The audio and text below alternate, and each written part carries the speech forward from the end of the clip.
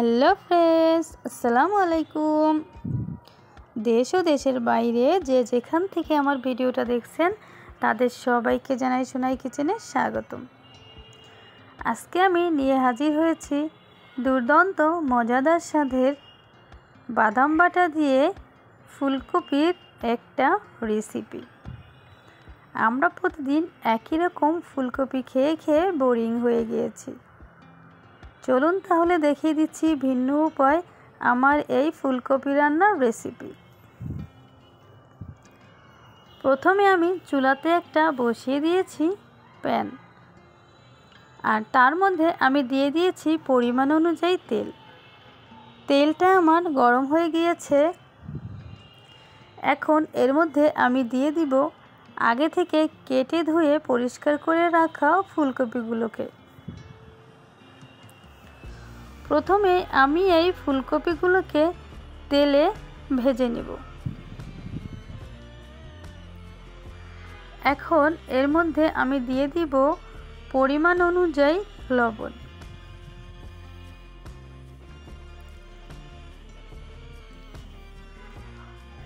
লবণ দিয়ে নেড়েচেড়ে আমি ফুলকপিগুলোকে হালকা ব্রাউন কালার করে ভেজে নেব। ফুলকপিগুলোকে অনবরত বারবার নেড়েচেড়ে উল্টিয়ে পাল্টিয়ে দিতে হবে, তা না হলে দেখা যায় এক সাইড আমার ভাজা হয়ে যাবে আর অন্য সাইড ভাজা হবে না। সেই জন্য চুলার আঁচ মিডিয়াম আঁচে রেখে বারবার নেড়েচেড়ে ফুলকপিগুলোকে ভেজে নিতে হবে। আমি ফুলকপিগুলোকে বারবার নেড়েচেড়ে ভেজে নিচ্ছি। ভাজা হয়ে গিয়েছে, নামিয়ে নিব। ফুলকপিগুলোকে আমি ভেজে নিয়ে নামিয়ে নিয়েছি। এখন আমি প্যানের মধ্যে আবারও দিয়ে দিয়েছি তেল। তেলটা আমার গরম হয়ে গিয়েছে। এখন আমি এর মধ্যে দিয়ে দিব 2-3টা মতো দারুচিনি আর লবঙ্গ।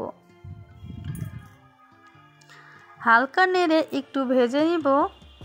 এখন এর মধ্যে আমি দিয়ে দিব পেঁয়াজ বাটা। পেঁয়াজ বাটা দিয়ে হালকা একটু নেড়ে নিব। দিয়ে দিচ্ছি এর মধ্যে আমি গোটা কিছু কাঁচামরিচ। আমি এই তরকারিটা কাঁচামরিচ দিয়ে রান্না করব। আপনারা চাইলে গুঁড়ো মরিচও দিতে পারেন। এখন এর মধ্যে আমি দিয়ে দিব পরিমাণ অনুযায়ী হলুদ গুঁড়ো আর পরিমাণ অনুযায়ী লবণ। আমি লবণটা কিন্তু প্রথমেই একবার দিয়ে ফুলকপিগুলোকে ভেজে নিয়েছি, সেই জন্য অবশ্যই পরিমাণ অনুযায়ী লবণ দিতে হবে। হালকা নেড়ে নিয়ে এর মধ্যে আমি দিয়ে দিব 2 ধরনের বাদাম বাটা। আমি এখানে 2 ধরনের বাদাম আগে থেকেই ভিজিয়ে রেখে বেটে নিয়েছি। আপনারা চাইলে 1 ধরনের বাদামও দিতে পারেন। এখন দিয়ে দিচ্ছি এর মধ্যে কিছুটা পরিমাণ পানি দিয়ে মশলাটাকে আমি একটু নেড়ে নিব কিছুক্ষণের জন্য। এখন এর মধ্যে আমি দিয়ে দিব 1 চামচ মতো আদা বাটা। নেড়ে চেড়ে এখন আমি সব মশলাগুলোকে হাতে কিছুটা সময় নিয়ে কষিয়ে নেব। আর বন্ধুরা, যারা আমার ভিডিওটা দেখছেন একটা লাইক দিতে ভুলে গিয়েছেন, প্লিজ একটা লাইক দিয়ে ভিডিওটার শেষ পর্যন্ত দেখে নেবেন। আর আমার চ্যানেলে যদি নতুন বন্ধু হয়ে থাকেন তাহলে প্লিজ চ্যানেলটাকে সাবস্ক্রাইব করে বেল আইকন ক্লিক করে আমার পাশেই থাকবেন। মশলাটা আমার কষানো হয়ে গেলে এর মধ্যে আমি দিয়ে দিচ্ছি আগে থেকে ভেজে রাখা ফুলকপিগুলোকে আমি চুলার আঁচ মিডিয়াম আঁচে রেখে হাতে কিছুটা সময় নিয়ে একটু কষিয়ে নিব।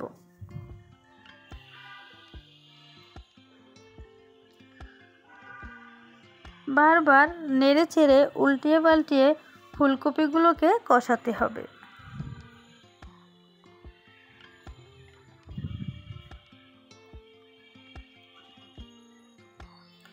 ফুলকপি কষানো হয়ে গেলে এর মধ্যে আমি দিয়ে দিচ্ছি গরম পানি। আমি গরম পানিটা আগে থেকেই করে রেখেছিলাম, সেটাকে দিয়ে দিচ্ছি। পানি দিয়ে আমি আবারও খুব ভালোভাবে সব কিছু একটু নেড়ে মিশিয়ে নিচ্ছি।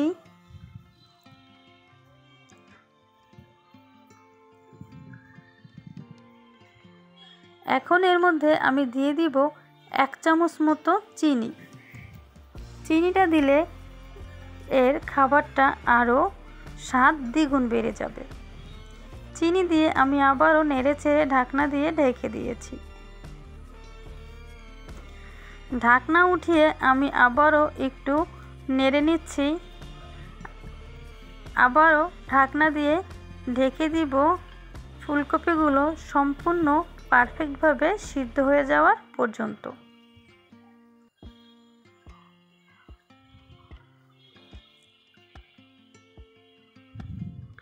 কিছুক্ষণ পর ঢাকনা উঠিয়ে দেখিয়ে দিচ্ছি বন্ধুরা, দেখুন নেড়ে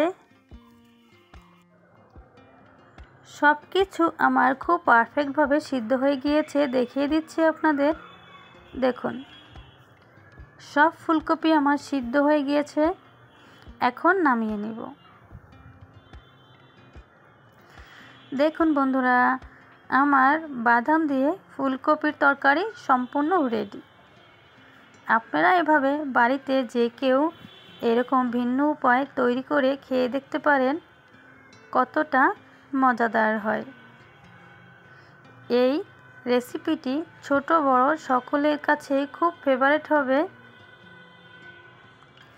আমার ভিডিওটা আপনাদের কাছে কেমন লাগলো আমাকে কমেন্ট করে জানাবেন। আর আমার চ্যানেলে নতুন বন্ধু হয়ে থাকলে প্লিজ চ্যানেলটাকে সাবস্ক্রাইব করে বেল আইকন ক্লিক করে আমার পাশে থাকবেন। আবারও হাজির হয়ে যাব নতুন রেসিপি নিয়ে। আল্লাহ হাফেজ। আসসালামু আলাইকুম।